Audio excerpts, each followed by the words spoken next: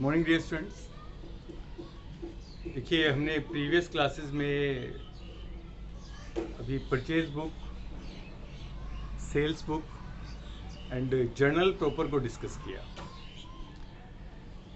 हम जब इन सभी बुक्स को समझ जाते हैं, पढ़ लेते हैं कि भाई किस तरह से ट्रांजैक्शंस, किस तरह से इवेंट्स को हम अपने यहाँ बुक्स में रिकॉर्ड करते हैं, तो एक कंक्लूज़न हमें पता चलता है कि भाई हमने अभी तक क्या ट्रांजैक्शंस हुई हैं, क्या क्या इवेंट्स हुए हैं, उन सभी की हमने क्या किया, रिकॉर्डिंग की है।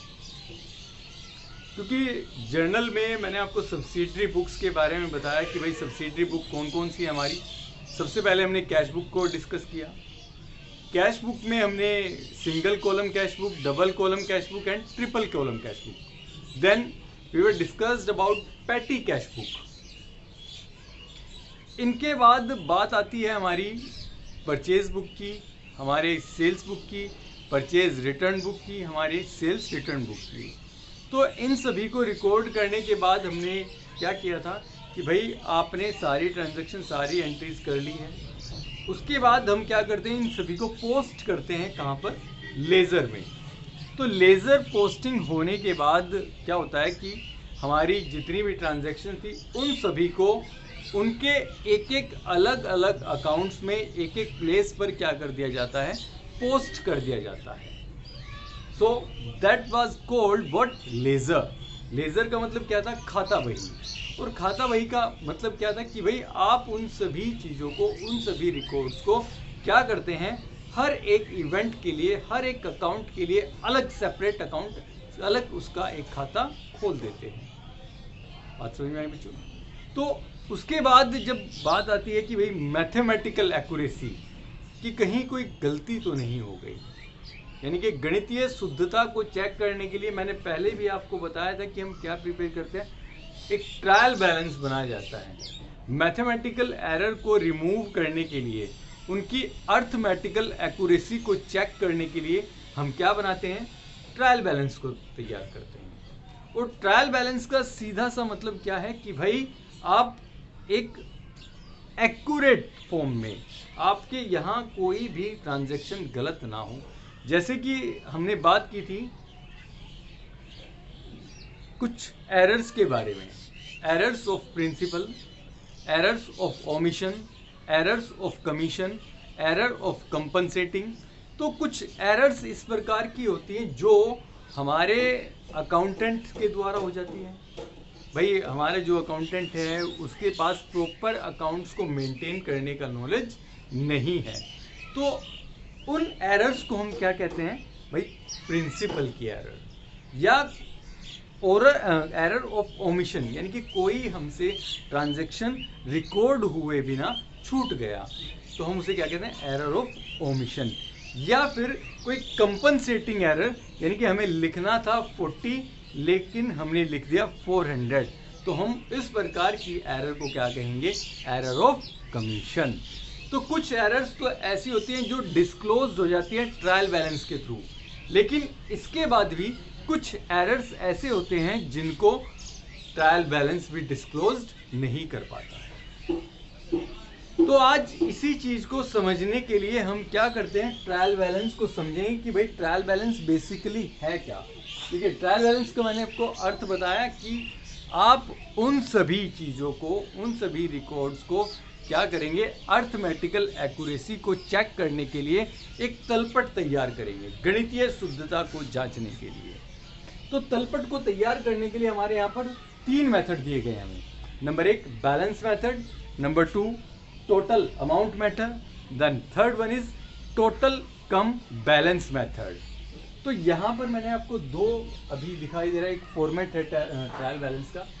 There is name of accounts, debit balance and credit balance. Name of accounts LF, debit amount and credit amount. तो ये 2 फॉर्मेट आपको यहाँ पर दिखाई दे रहे हैं।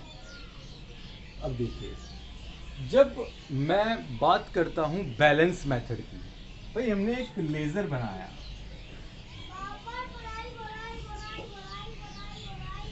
Date, particular, JF, amount, date, particular, JF amount. Is it debit side and is it credit side? Date, particular, JF amount, date, particular, JF और amount. अब देखिए, जब हम बैलेंस मेथड की बात करेंगे तो बैलेंस मेथड में लेजर में हमने कहा ये जो लेजर है ये परचेज का है भैया, ठीक है. और परचेज आपने किया क्या, purchase account debit to cash. तो कैश यहाँ पर क्या हो गया, डेबिट हो गया.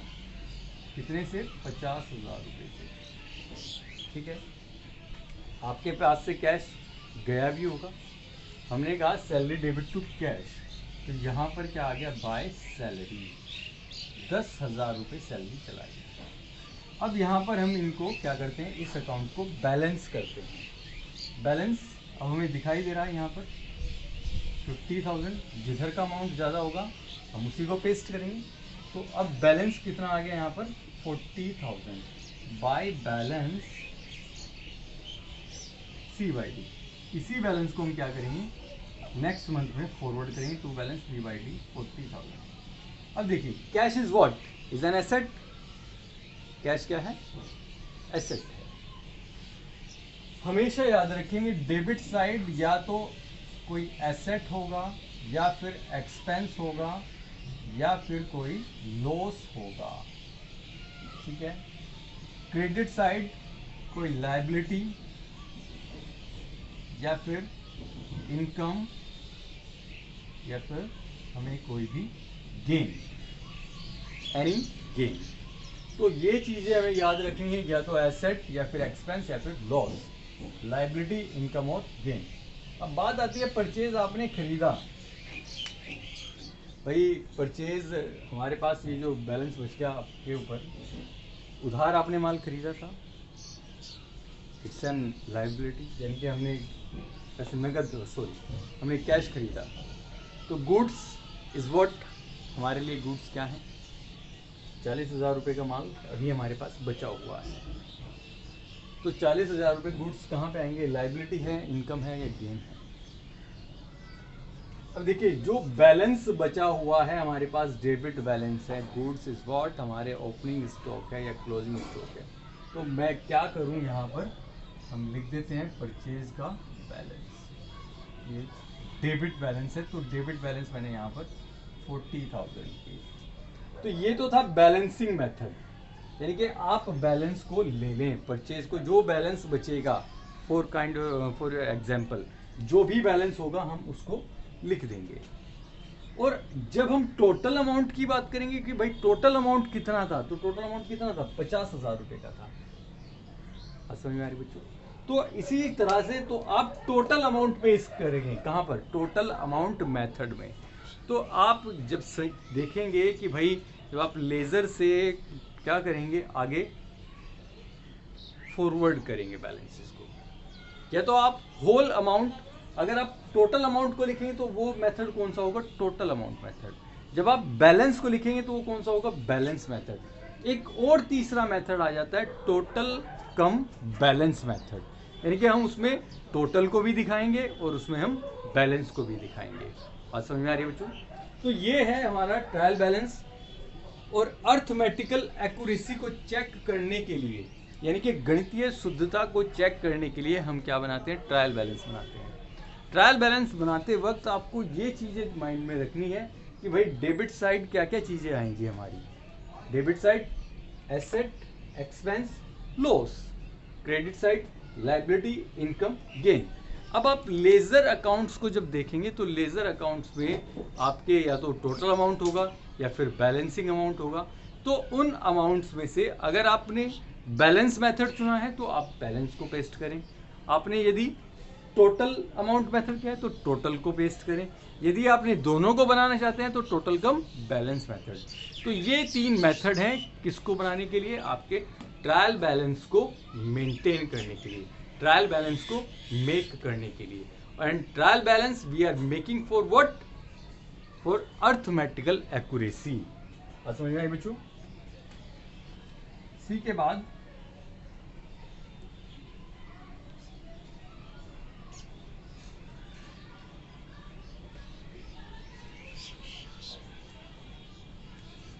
देखिए भाई, जब हम टोटल कम बैलेंस की बात करेंगे